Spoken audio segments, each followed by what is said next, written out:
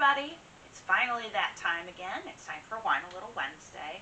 I do want to make a quick apology about the last couple weeks between just being really busy and not getting enough time to actually film a video and having a big disaster while trying to film this one last week. I haven't been able to film one for a little bit, so I do apologize. I know some people really look forward to them, but I'm here today. So we're going to get started here in a minute. I just wanted to say to everybody, we're going to have to do things a little bit differently here in the future. I'm going to have to switch to doing videos right now, probably just every other week. Things are a little bit crazy. My winery's very busy. I'm trying to get my daughter ready for school. Things have gotten a little nutty. So we're going to switch to every other week for a little bit. So don't worry, I'm still going to do the videos, but I'm going to have to do them a little bit less often. Anyway, we're going to start, and what I did last week and what I'm going to reattempt to do is make some brownies with our Chocolate Seduction. Now, there were several things that went wrong, some of them my fault, some of them I honestly don't know what happened. So we're going to rectify the situation and do it right this time. And so let's get started. So we're doing this with a boxed brownie mix. Now, normally I like to try and make things from scratch whenever possible, but I wanted to show that you can take something as quick and simple as a boxed brownie mix or cake mix or something like that and dress it up a little bit and make it something more fantastic. So that's what we're going to do, boxed brownie mix, and we are going to be using the Chocolate Seduction. Now, I know I've mentioned before this is my favorite of the 4 chocolate wines, but I haven't had much of much time yet really to try and bake with it. So that's what we're going to do today. So let's get started. Yay! So first things first, we're going to be primarily following the directions on the box here. So box tells me that I need to preheat the oven to 350 degrees, so that's all set. That's for metal or glass pans. And then we're going to grease the sides and bottom of the pan. And I'm going to use shortening. You can use cooking spray, but the problem with cooking spray is when you go to spread your batter in there, the cooking spray spreads around too. So you're going to get areas where the brownies stick to the pan a little bit more than they really need to. So I'm going to use a little bit of shortening in an 8x8 square glass pan. So we're going to use a little bit of shortening in the pan. And the shortening's not going to move around when you put the batter in. So nice clean pan. We're going to grease the sides. Make sure you grease them up all the way, just in case the batter reaches all the way up.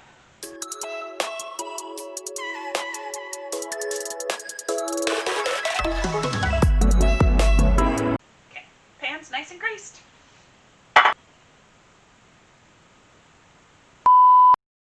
Okay, so quick rewind. Earlier, when I showed you the box of brownie mix,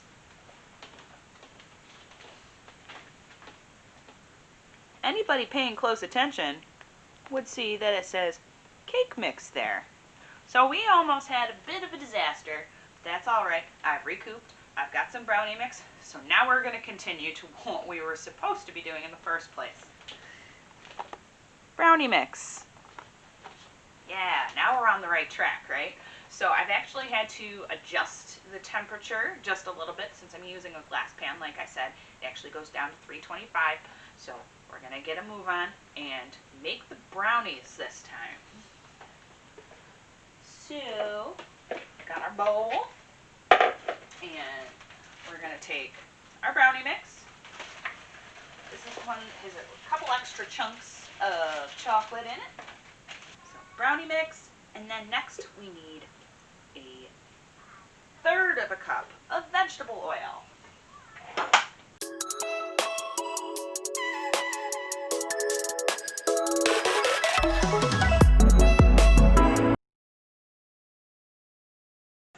A cup of water it calls for. Well, we're not using water in this recipe. Instead, we're going to replace the water with wine that we're using. Like I said, Chocolate Seduction. So 1/4 cup of Chocolate Seduction.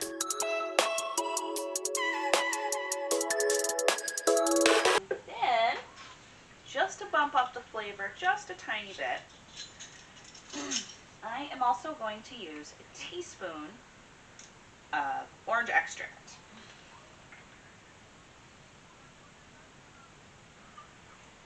So we're going to mix it up, and don't overmix brownies. You don't want to ever get out every single lump in there, because then your brownies are going to be a little bit more dense and not as tasty. They're going to get a little bit harder. So mix it up.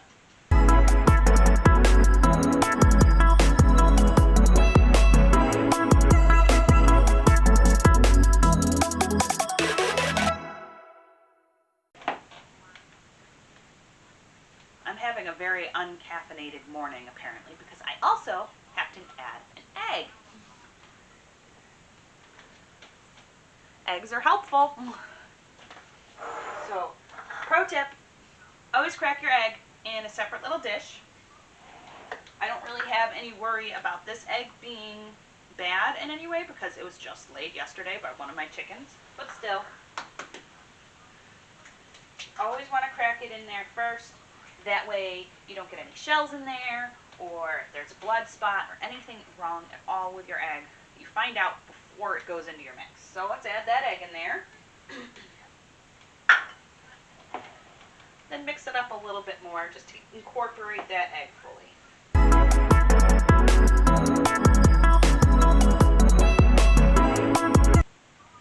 Okay, so the egg is incorporated in there, and it looks a little bit nicer now. So we're going to spread it into our prepared pan.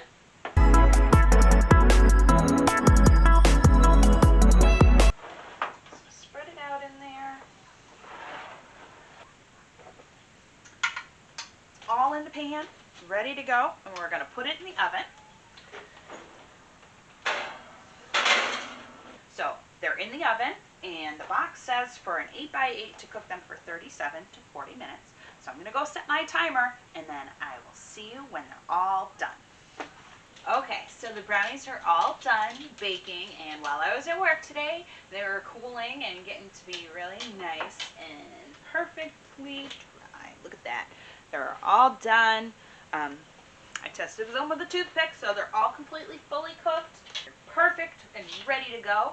And the special little thing that I was going to do with them is, last week when I tried this and it didn't work, I had made a chocolate ganache to drizzle on the top of it and spread all over. And I actually made the ganache with the Chocolate Seduction as well.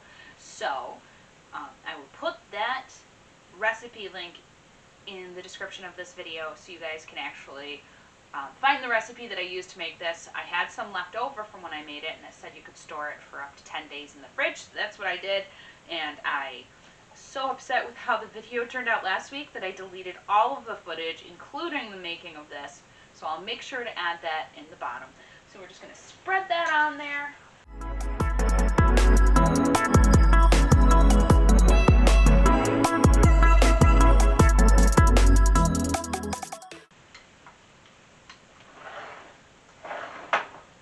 Just to give it something a little bit extra. It's all complete. And now see, it's got almost like a little glaze on it. And now it's time to cut them and see how they turned out. Are you excited? I'm excited.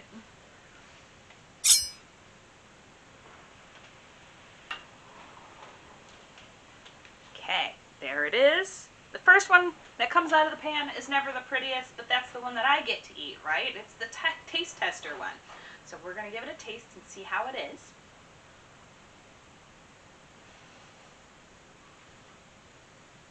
It's really tasty. You just get the hint of orange in there. It's not overpowering. It just makes it a little bit more decadent. And yet it comes in at the very, very end. You're not getting a ton of it. It just gives it that little something extra.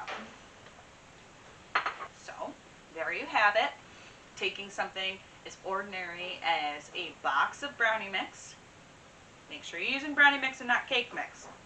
Anyway, a box of brownie mix, and turning it into something a little bit more special. And it's really simple and easy to do, but it was really tasty, really simple, and I think you should all try it. Okay, so that was the recipe that I wanted to show you guys today. Of course, since we use the Chocolate Seduction in the brownies, that's going to be the featured wine of the week. If you would like to win that bottle of wine, make sure to like and comment the video on Facebook or on YouTube, and you'll be entered to win the bottle of Chocolate Seduction after next week's video, or the week after, depending on when I'm able to get it done. So, as always, stay safe, stay healthy, and wine a little. You'll feel better. Bye!